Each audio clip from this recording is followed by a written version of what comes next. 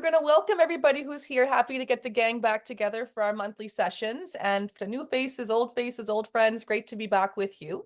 The topic of the hour today is achieving work-life balance for leaders and their teams. This is for all the leaders out there who are ever searching for their balance. So that's all of us, right? And too often work-life balance training or books out there focuses on coping with stress and time management and self-care, but ignores the reality and issues around leadership and the productivity needed for that role. So is there a better way to balance work and life and succeed at both? Today we have Randall Craig to talk about his approach to work-life balance, to challenge the conventional wisdom and to provide specific action-oriented guidance for how we can do better with our work-life balance to power your career and still power your life. So a little bit about Randall. He has founded several successful startups. He's held a long-time position at a Big Four consulting firm. He was a senior executive at an American public company, author of 8 books, in the Speaker Hall of Fame, master facilitator. He's helped over 100 organizations scale, and he works with me at the Brain Trust Professional Institute, helping organizations grow their businesses. So Randall, given your array of experiences in entrepreneurial leadership, nonprofit leadership, community leadership, and with a wife and 3 kids at home, what do you have to say about the quest for work-life balance? Is it a mirage or a real destination? You know, I think it's a real destination. Okay, it really is, and I wanted to share that some of the ideas that we'll share today, some may work for you and some may not work for you. And really, what I want to do is just offer some perspectives and perhaps talk about a couple of tools that can actually help you achieve better for yourself and obviously for your team as well. I think it's a mirage sometimes when the paradigm that we look at work-life balance is really in that binary. If you have more life, therefore there must be less work. If you have more work, there's got to be less life. And I think that's sometimes a little simplistic. It's very easy. It makes a nice soundbite, but it's a little simplistic.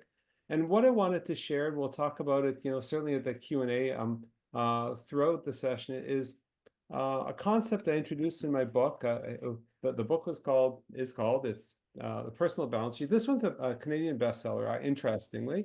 And in it, I share a concept called the personal balance sheet. Not surprisingly, that's the name of the book. Essentially, it says that if you take a look at your life, you could divide it in 7 different dimensions: community, family, intellectual, spiritual, physical, financial, and career, which we'll delve into a little bit more.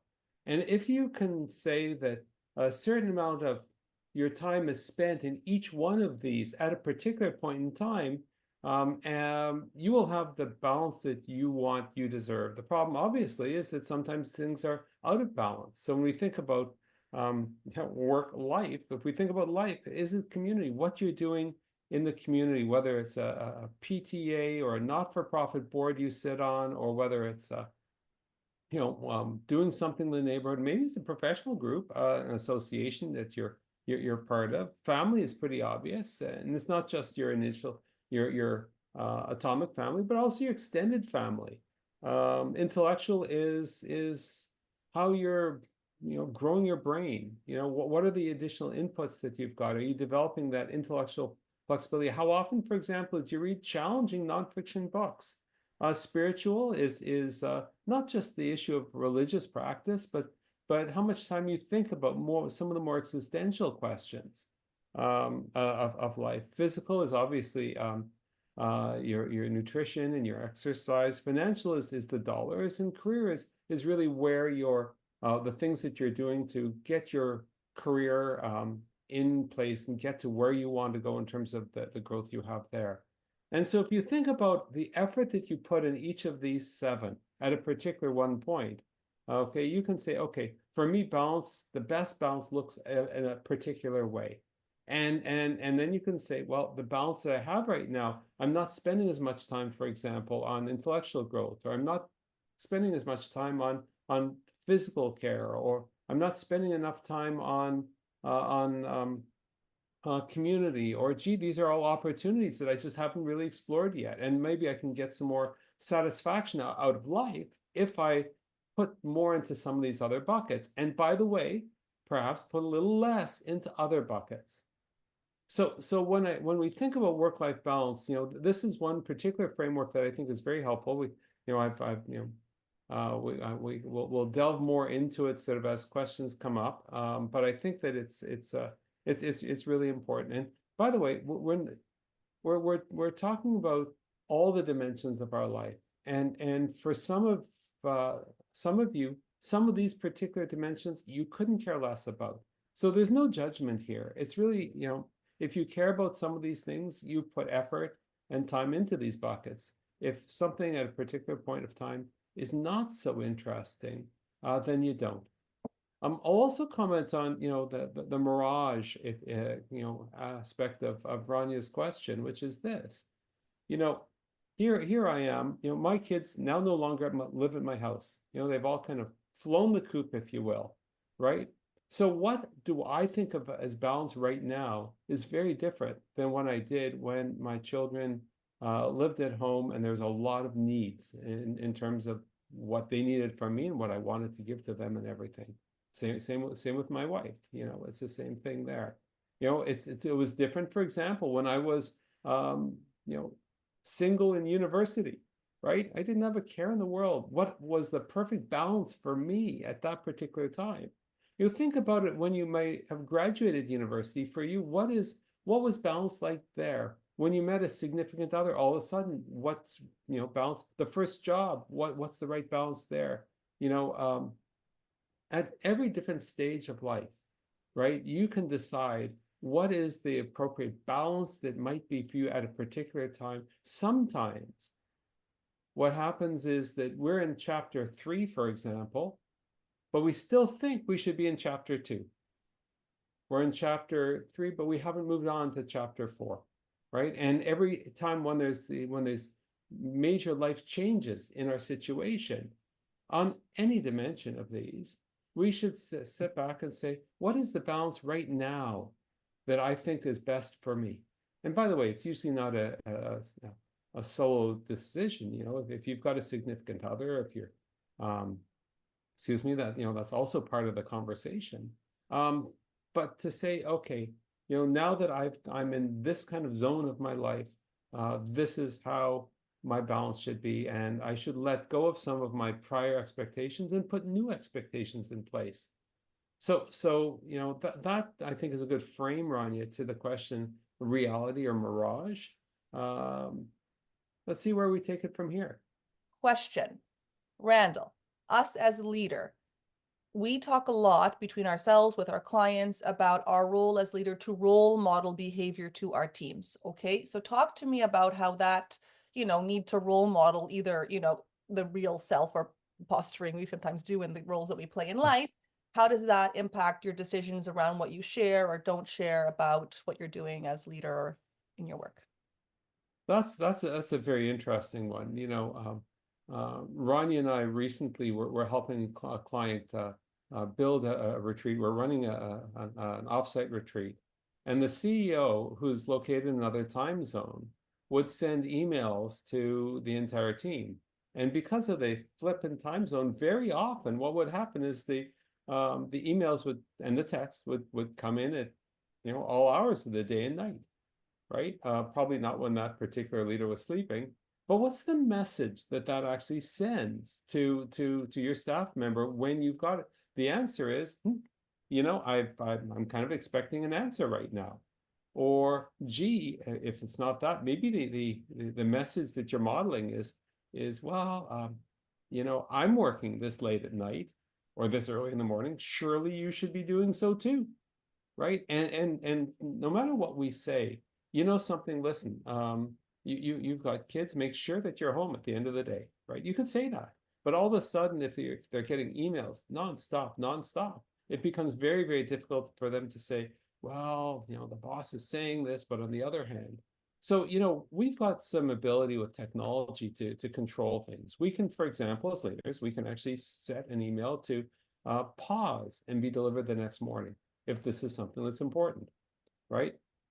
Excuse me. We can say, do we really need to send the texts? Can we delay the texts? There's some technology that can help with that as well, right? I think the whole question of modeling is very, very important. Why is it that so often we see leaders who are, who seem to be able to get to the gym, who seem to be able to read all the latest business and strategy books, etc., who seem to, do all these things, I should say.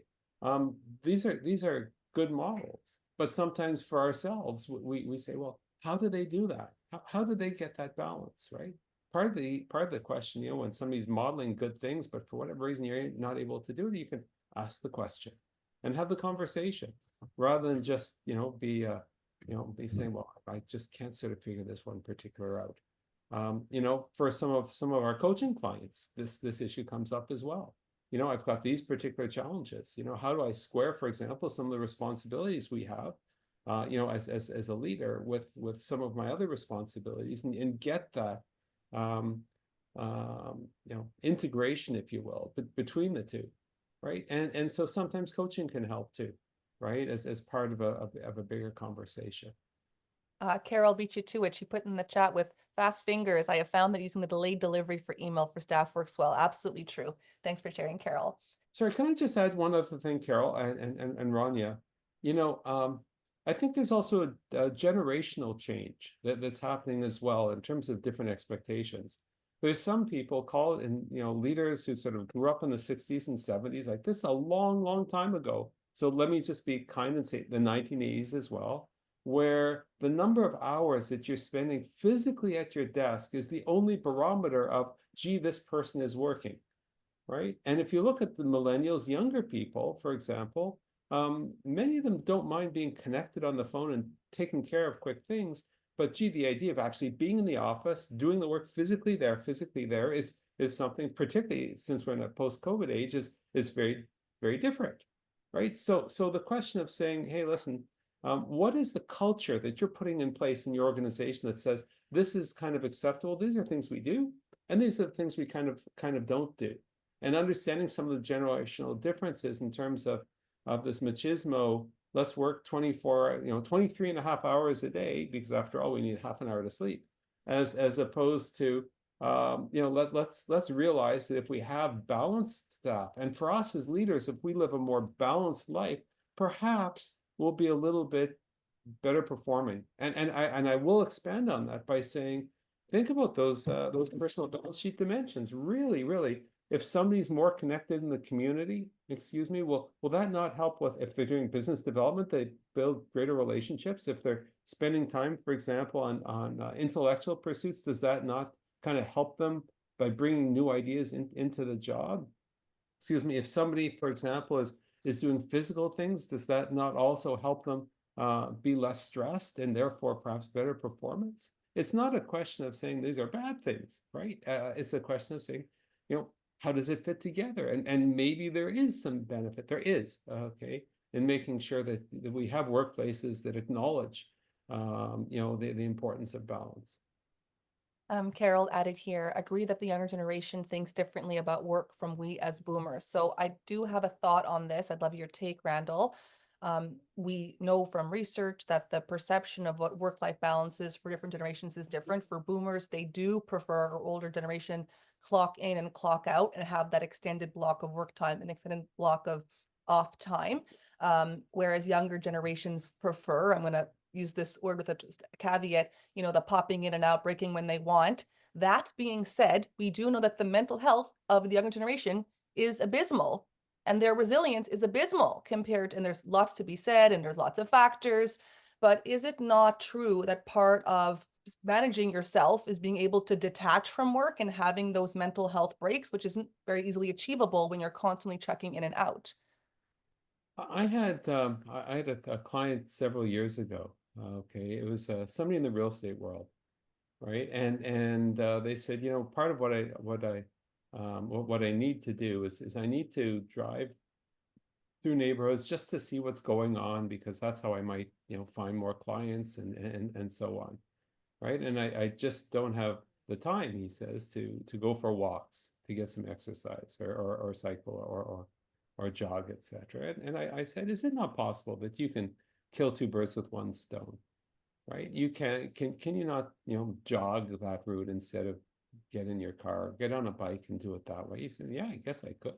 Just never thought of it, right? So on one hand, what I would offer the older group, that maybe you can try, doing some of these, two things at once.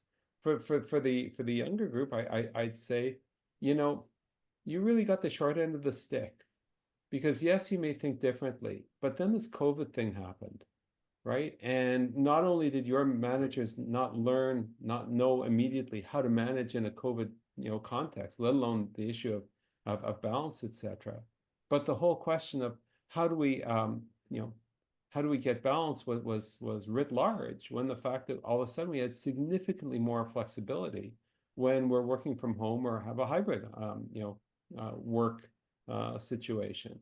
What I would say is this, even though it's tempting to use baby boomers and millennials and Gen Alpha and all that to generalize, I think when rubber hits the road is the conversation. And the number one is the culture of the workplace, but number two, it's the conversation within a particular work team between the manager and their staff with respect to what the needs are of the organization, the needs of the individual, the dynamic between the leader and their team. These are the kinds of things that make understanding what people actually need possible and actually practical, right? I don't know, for me, maybe it's a generational thing for me that I do like, periods of time to just, plow through things. But it's been a long time since I've actually gone into an office, right? Brain trust professionals, we're virtual organizations, we're in different cities, right? So I truly get it, right? But for the old days where you had to ask permission to go to the dentist, okay, most workplaces have gone long beyond that, right? When you're working from home, it's a little bit different. So Ooh, Scott here. Hi, Scott. Welcome back. I have been managed in the past and managed my staff now by the idea the company is paying you for results, not your bottom in your chair for 8+ hours a day. If you are done early, then go home. If you are leaving at noon every day, then it's a different problem. Not enough work. This, of course, depends on the role. The receptionist cannot go home early, etc. Take the time you need for medical appointments. yeah, Scott, I think that's very reasonable. Okay, the idea of managing by objective, managing by results is very, very important, right? I'll take a particular case that's maybe a bit different. If you're a CPA, you're an accountant, right? Every year there's something that they call the busy period, the busy time, the busy season. Okay, it's from about January to mid-April, end of April, when taxes are filed. And in this particular time, anybody who knows, anybody who goes into this business knows that you're working nights and you're working weekends. You're working long days every single day. Then after that, you can take a breath, right? And so some jobs, it's not just the receptionist. Some jobs have some seasonality to it, right? Some jobs, for example, where you're going to events, for example, they might be long days when you're at the events, but you can take a breath afterwards, right? So I think that the idea of managing by results is a good one. I think that some jobs are set up, for example, not just receptionists, etc., but there's a lot of people where there needs to be, say, phone coverage or computer coverage, or there needs to be always a quote manager on duty, or whatever it happens to be, where we've got the people who in professional services where they bill by the hour. Okay, people in the trades who are paid by the hour. So sometimes it's not just a question of task, but I love the point, and I think that's one thing that the better managers during COVID had to learn, because they couldn't manage people who are is that person sitting sitting down.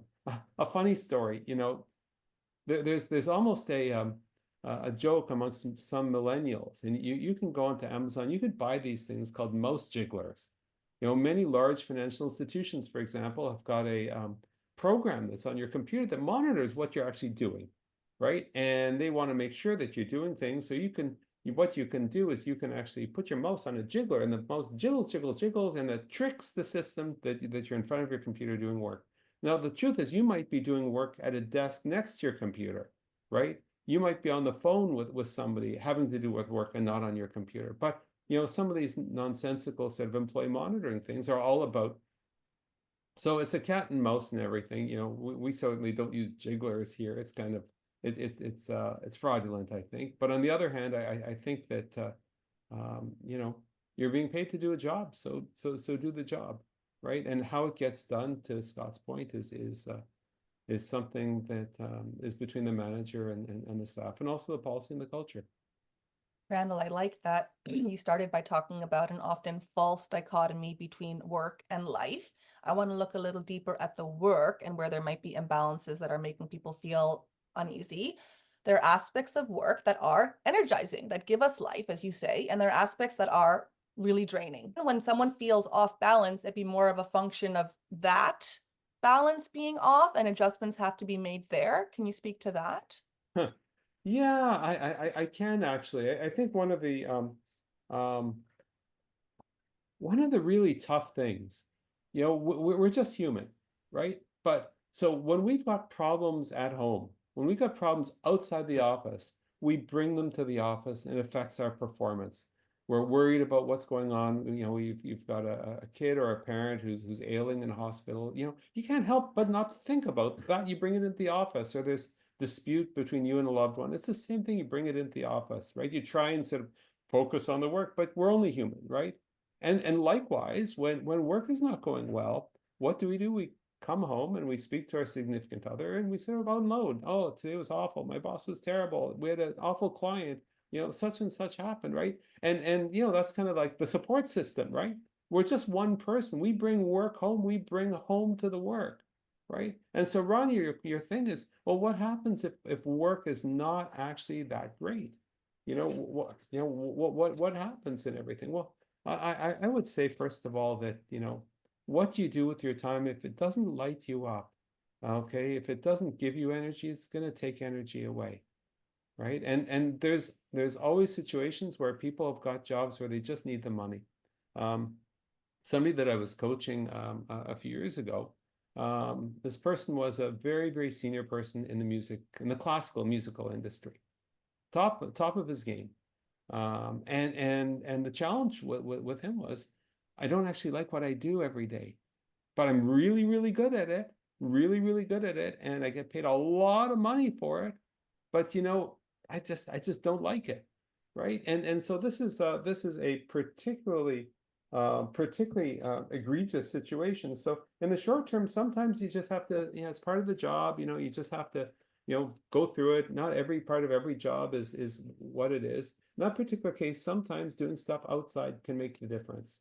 If you absolutely love jogging or swimming or whatever it is, playing strategy games with your friends, you make sure that that's part of your week, so that you feel good about it. For me, it's exercise. For other people, it's other things, right? So if you have those things, that can sort of help sort of bump you up.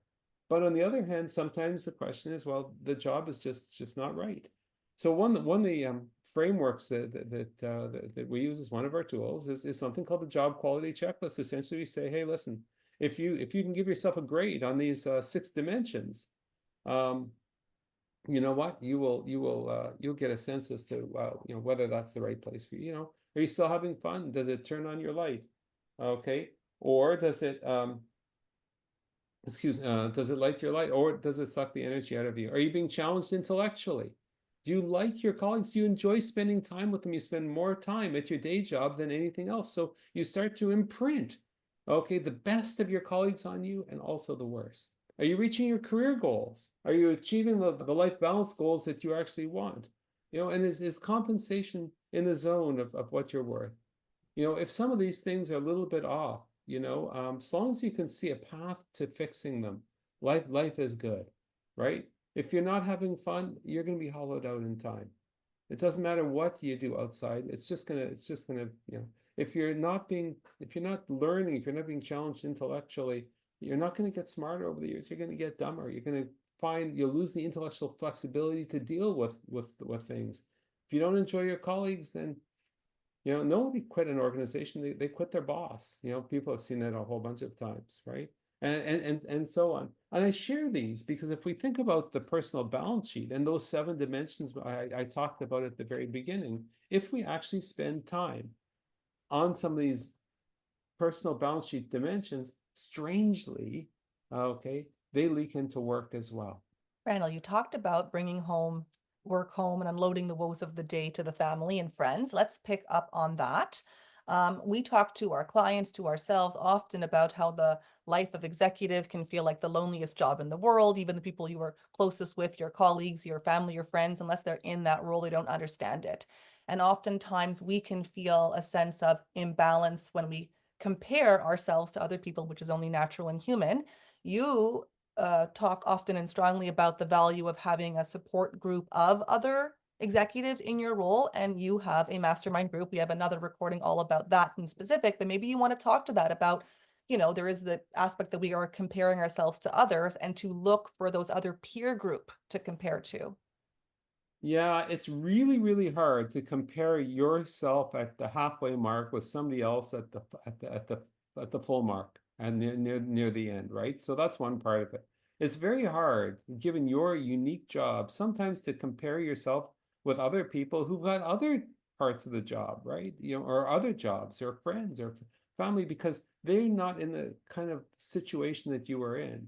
And so to solve it, really, there's two things. We talked about coaching before, and that's part of the reality check and the perspective giving and everything. But what Rania is talking about is the idea of saying, what if there's 4, 6, 8, 12, a certain number of you who actually have the same challenges, right? Who professional challenges, who are in similar types of roles, where there's a particular leader who can facilitate the group and bring tools and ideas to the group, etc. Where all of a sudden you're realizing that I'm not so different. Number one, okay, maybe I'm not as bad as I thought. That's another part of it. And some of the ideas that they and strategies that they use, you'll say, you know what? I wouldn't have thought of that, but that one person just gave me that clue that would make all the difference, all the difference. So I think the whole idea of the peer masterminds, and you're right, it's another um, thing I'd highly recommend people to listen to. The recording of that is one way. Coaching is another way. I think the expression as well as, if you're an eagle, you fly with eagles, right? You don't fly with, I don't know, not eagles, right? Because if you fly with if you fly with people who are as good or better than you, you'll be upping your game. And upping your game isn't just on the one dimension of career or financial, you'll be upping your game on balance as well. I caught an interview with Jeff Bezos talking about work-life balance. He framed it in terms of work and life should both give you energy. Okay. And he says if one or both is draining energy, there's lack of harmony. But it's that sort of lends itself to that dichotomy. Like, do you agree with that perception, or how would you measure if there was an imbalance? So what I would say is he's absolutely bang on, absolutely bang on. If you are not, remember that expression TGIF? Okay, thank God it's Friday. Well, how about this one? TGIM, thank God it's Monday, right? I really think that we should think about, how do we make sure that everything that we do, on the job, not everything, there's some parts of the job, that you just don't like, right? Gives us energy to be our greatest outside, and all the things we do outside, the personal balance sheet dimensions I was talking about earlier, give us energy inside, and I do think the Bezos concept of harmony between the two of them is very, very important. 40 years, 10,000 days, 80,000 hours, that's the length of your career, right? And so making sure that you're actually doing things that give you energy, right? You're not requiring things outside of the office to make your life on average okay, right? You're not requiring work to make a yucky outside life, like great work, to balance it out. Both of them have to be good. And we just need to understand that when one isn't good, yes, in the shorter term, we can use the other to help people dive into work, for example, sometimes after a personal tragedy, right? People dive into the non-work activities when work is absolutely awful, right? And so yeah, we can do that, but that's not optimal. What's optimal is both of them, okay, are leveling each other up. I can't tell you how much I've learned from my colleagues that I've brought into my family relationships. Okay, I can't tell you how much I've learned from my colleagues about interesting books to read, okay, or podcasts or webinars or whatever that have enriched my life, right? And vice versa, right? So to separate it into this kind of oil and water kind of thing, there has to be the harmony, right?